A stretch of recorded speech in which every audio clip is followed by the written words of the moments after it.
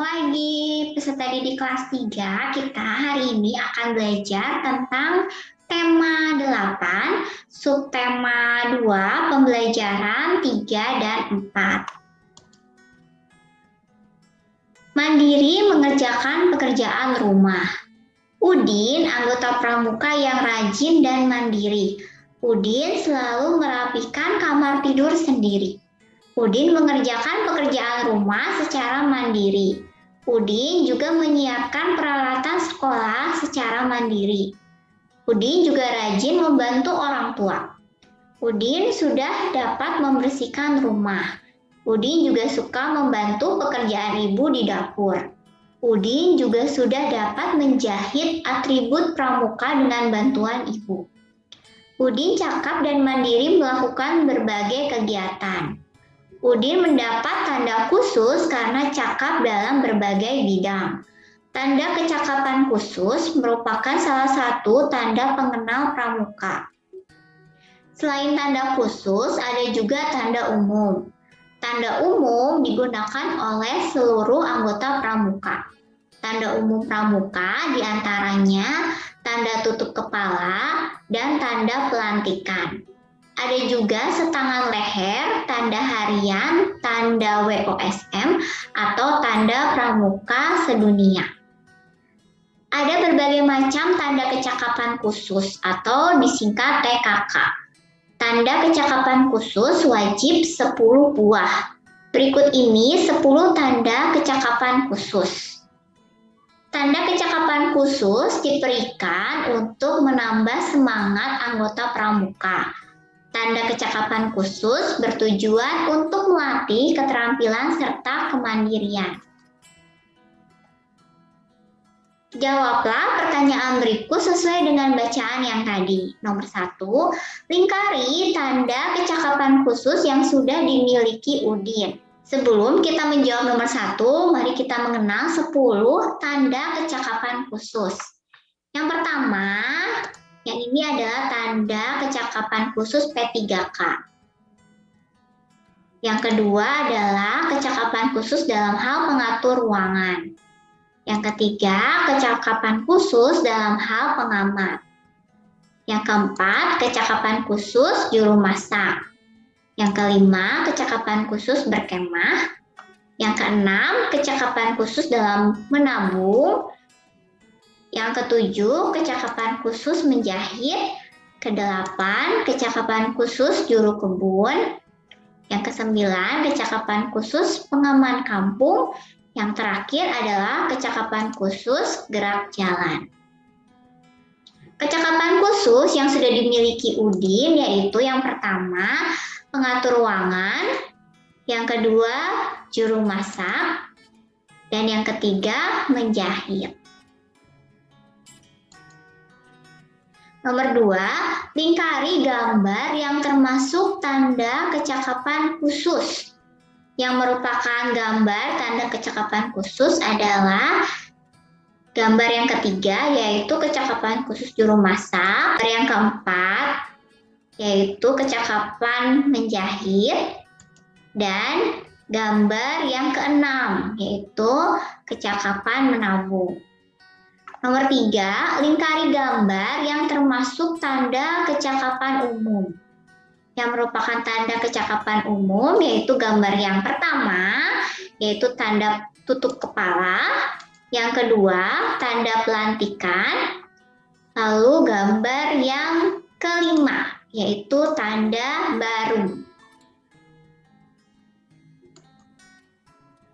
Sekarang perhatikan gambar Siti berikut. Jelaskan tanda pengenal kepramukaan yang dimiliki Siti. Jelaskan pula kecakapan khusus yang dimiliki Siti.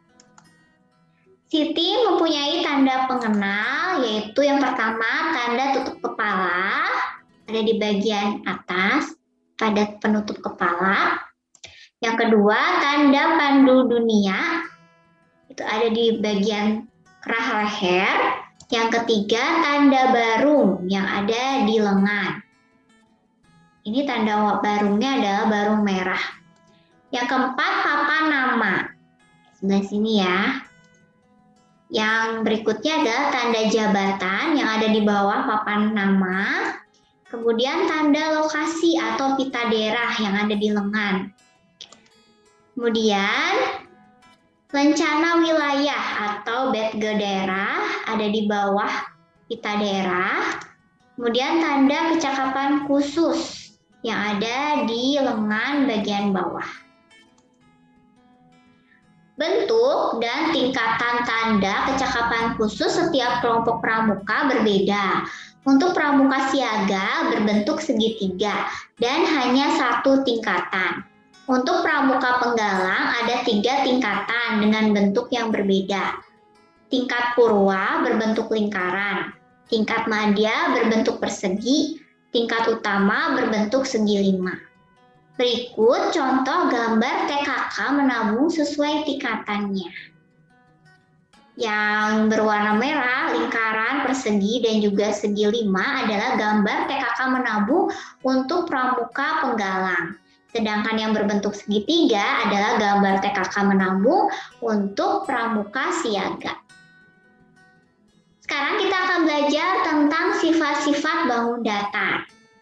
Perhatikan gambar persegi 1 di bawah ini. Persegi 1 dinamakan persegi A, B, C, D. Kalau pada buku kita mengukurnya dengan menggunakan tali. Selain menggunakan tali, bisa juga kita mengukurnya dengan menggunakan penggaris. Kita akan coba untuk mengukur persegi ABCD ini dengan menggunakan penggaris. Sisi AB kalau kita ukur dengan penggaris, panjangnya yaitu 3,5 cm. Sisi BC jika diukur dengan penggaris, panjangnya adalah 3,5 cm. Sisi CD jika diukur dengan penggaris, 3,5 cm. Dan sisi AD atau DA jika kita ukur dengan penggaris, panjangnya 3,5 cm. Jika kita perhatikan tabel yang sudah kita isi dengan panjang masing-masing dari sisi persegi ABCD, bisa kita simpulkan panjang sisi AB sama dengan BC, sama dengan CD, sama dengan DA. Jadi semua sisi pada persegi sama panjang. Besar sudut kalau kita perhatikan, semua sudut pada persegi merupakan sudut siku-siku, yaitu sudut yang besarnya 90 derajat. Sehingga besar sudut A sama dengan sudut B, sama dengan sudut C, sama dengan sudut D. Sekarang kita ukur lagi untuk persegi yang kedua. Sisi AB dari persegi yang kedua adalah 4 cm. Sisi BC-nya juga 4 cm.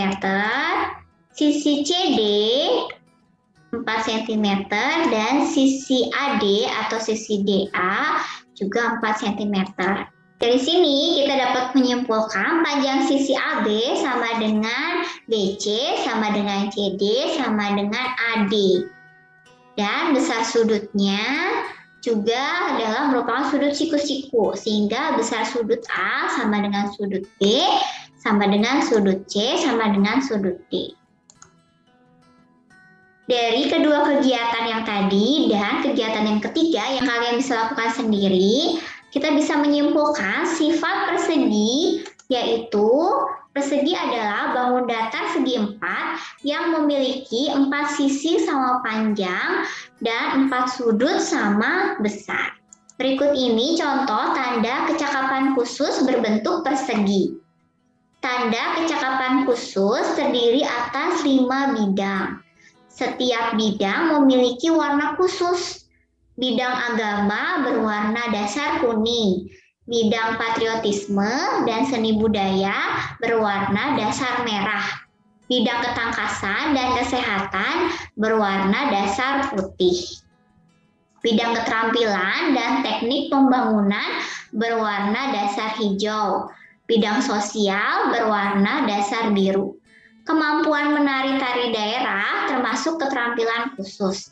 Anggota pramuka yang dapat menarikan tari daerah dapat memperoleh tanda kecakapan khusus. Tanda kecakapan khusus menari termasuk kelompok bidang patriotisme dan seni budaya. Mandiri saat melaksanakan ibadah. Udin dan teman-teman taat dalam beribadah. Mereka melaksanakan ibadah dengan kesadaran sendiri. Mereka berani pergi ke tempat ibadah sendiri. Tempat ibadah dekat dengan tempat tinggal. Mereka selalu menyiapkan peralatan beribadah sendiri. Mereka mandiri saat melaksanakan ibadah. Taat dalam beribadah sesuai dengan janji pramuka. Salah satu janji pramuka yaitu takwa kepada Tuhan Yang Maha Esa. Taat dalam beribadah juga sesuai dengan pengamalan sila pertama Pancasila. Bunyi sila pertama Pancasila yaitu ketuhanan Yang Maha Esa. Lambang dari sila pertama Pancasila berbentuk bintang. Edo taat menjalankan ibadah. Edo beribadah sesuai agama yang dianutnya. Edo mengamalkan sila pertama Pancasila. Sebelum dan sesudah makan, Siti selalu berdoa. Berdoa sebagai tanda bersyukur. Berdoa sebagai tanda ucapan terima kasih kepada Tuhan. Siti mengamalkan sila pertama Pancasila. Dayu sangat rajin merawat tanaman. Dayu mencintai tanaman.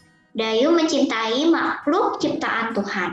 Dayu mengamalkan sila pertama Pancasila.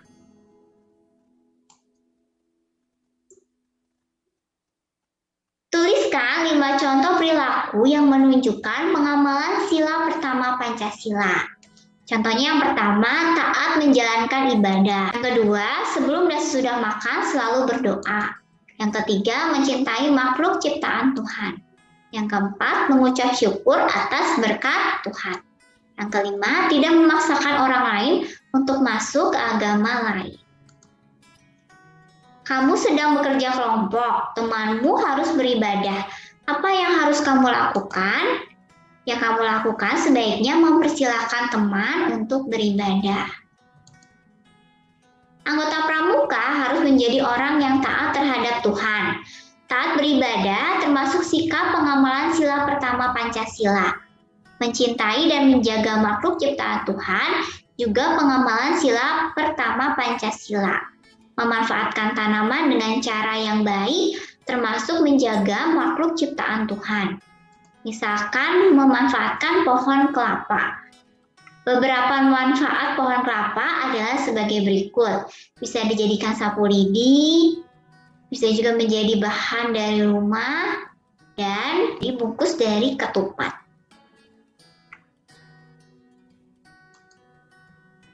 Buah kelapa dapat bertahan lama. Buah kelapa selalu kuat dalam berbagai keadaan. Artinya, anggota pramuka selalu taat terhadap Tuhan.